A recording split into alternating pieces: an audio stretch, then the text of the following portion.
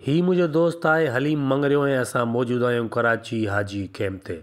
हाजी camp ते तव्हांखे लुंड जो सामान हर तरह जो मिलंदो, जंहिंमें जैकेट, जोराबा, pant, shirt, trouser, T shirt यानी हर सामान जेको लुंडे जो आहे उहो तव्हांखे हिन हाजी कैंप ते आसानी सां मिली सघे थो। हलीम मंगरे जो वधीक तारीफ़ तव्हांखे कराईंदो हलां त हिन यार कराची में तमामु घणो फैक्ट्रियुनि में कमु कयो आहे।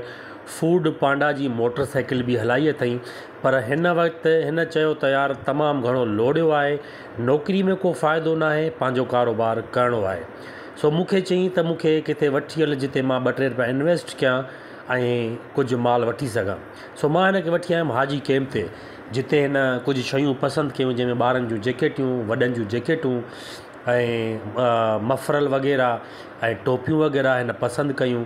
मुख़्तलिफ़ गोदामनि ते असां वियासीं, हिकिड़ो गोदाम न आहे हिते सवे गोदाम आहिनि जिते हिननि जो खे मां विज़िट करायो ऐं कटा बि हिते वठणु आयासीं त हिते असांखे वरी ही दोस्त मिलियो, चई यार मुंहिंजो भी वीडियो भर।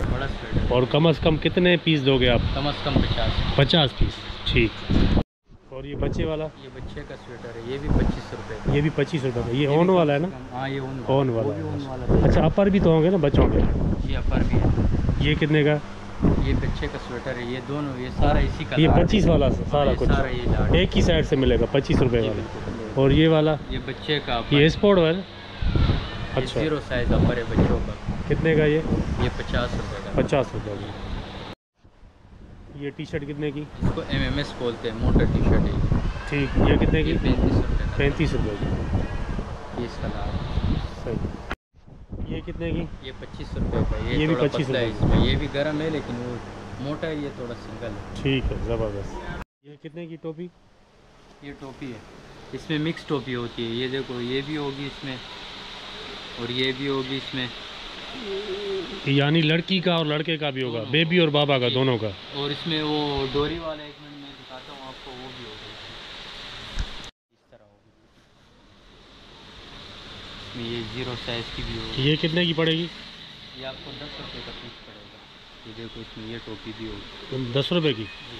ठीक। और इसमें ये भी होगी, ये कान वाली होती है, यहाँ पे डोरी होती है। ये जिपर जो पड़ा हुआ है, ये लाट पड़ा हुआ है। ये लाट पड़ा हुआ है, ये कितने का पड़ेगा? ये सारा जिपर होगा, चेन वाला और बटन वाला। सही। कितने का पड़ेगा? 60 रुपये का पीस पड़ेगा। 60 रुपये का। वो भी उठा। ये भी 60 में? हाँ, ये अक्सर स्पोर्ट में चलता है। स्पोर्ट 100 रुपये का है, लेकिन ये आपको 60 रुपये।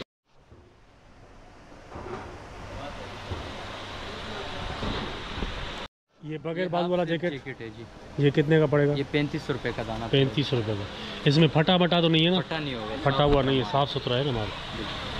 कितने का दाना? ये 35 रुपये। 35 रुपये का। भाई सुन लो, 35 रुपये का फ़ी दाना है। ये फटा बटा नहीं है, इसमें फटल बटल ना है, ये सब ॿाहिरियों माल है, हिन में फटल न मिलंदो। हितां असां कटा वठण आयासीं, पर हिते बि कुझु माल असांखे सम्झ में आयो, पसंदि आयो, सस्तो मिलियो, सो हितां बि असां कुझु माल खयोंसीं। अदा ही उमरकोट वारो, ही हलीम तव्हां वटि अचे थो, ही माल खणी। सो ॾिसो, कारोबार स्टार्ट कर तो केतिरी महिनत है, अलाए किथां आया आहियूं असां। मोटरसाइकिल ते जाम रुलिया आहियूं, हलीम न? हा बा, जाम रुलिया आहियूं, महिनत तमामु जाम कई आहे। ऐं हाजी कैंप ते पहुता आहियूं। हाजी कैंप ते ॾिसो था हिनखे पाण खे खाणो, अञा ॿियो बि माल अथसि। हा, इहो साइड ते रख। माल खे दुकान तां ॿाहिरि कढी ऐं असां गोदाम जे मालिक खे चयोसीं त असांखे हाणे बिल ठाहे ॾे, त असां माल खणी वरी ॿिए गोदाम ते वञूं। सो 2 कटा हथ में खयां, टियों जेको सामान थोरो भरियलु हुयो उहो हलीम खणी कुल्हे ते रखियो ऐं हाजी कैंप जी सोड़नि घिटनि मां क्रॉस कंदो जेको आहे सो ॿिए गोदाम ते वञी पहुतासीं, जिते असांजो माल पियो हुयो। 3 गोदामनि तां असां माल वरितोसीं ऐं ही पहिरियों गोदाम आहे जिते असां सॼो माल जमा कयो। अच्छा, ये हाजी कैंप की कौन सी गली में आपका दुकान है और आप फ़ोन नंबर भी बता दें? 10 नंबर गली है। सही। हाँ, 0316 6363 ठीक है। आप माल भेजते भी हैं ना? जी, गाड़ियों के ज़रिए? जी जी। ठीक है दोस्तों, नंबर तव्हां नोट कयो हूंदो। हाजी कैंप जो कहिड़ो दुकान आहे, कहिड़ी गिटी आहे, उहो बि भाउ ॿुधाए छॾियो आहे, ऐं फ़ोन नंबर बि। हिन गोदाम तां बि असां जेको माल खयों हुआसीं उन जो बिल ठाराए उनखे पेमेंट ॾिनी। बोरनि में माल विधो त 3 वॾा बोरा भॼी विया ऐं वियासीं रक्शे जे लाइ। स्टॉप ते पहुतासीं त रक्शे वारे चयो चमड़ा चौरंगी ताईं तव्हांखे 1200 रुपया वठंदुमि, जेको असांखे सस्तो पियो। रक्शे वारे खे वठी करे सिधो जॾहिं असां वापसि आयासीं उन गोदाम वटि त रक्शे वारे बोरा ॾिसी करे चयो त मुंहिंजे हिन रक्शे में एॾा 3 वॾा बोरा न ईंदा। मूंखे रोज़ी करणी हुई, मां आयुसि बोरा खणणु, पर अफ़सोस जो तव्हांजा बोरा मुंहिंजे रक्शे में न ईंदा। आते तो मैं आपको ज़रूर लेकर जाऊंगा। चलो ठीक है। गोदाम जे भर में बीठल एक काओ चांहि वारो बीठो हुयो ऐं हलीम चयो त काओ चांहि था पियूं। सो ही 2 वॾा कोप उन भरे ॾिना ऐं हलीम काओ चांहि खणी आयो। चाय पियो चाय। महिरबानी। काओ चांहि खे रगड़ो ॾेई करे हलीम खे चयो त हाणे वेह गाॾी ते त सदर था हलूं, पर हलीम चयो न, पहिरियों खाईंदासीं मानी। होटल ते पहुतासीं साईं, सदर में ई होटल हुयो। उते असां दाल माश जी जो ऑडर ॾिनो, छो जो मूंखे कढ़ाई या गोश्त न आहे वणंदो, इन लाइ माश दाल घुराई।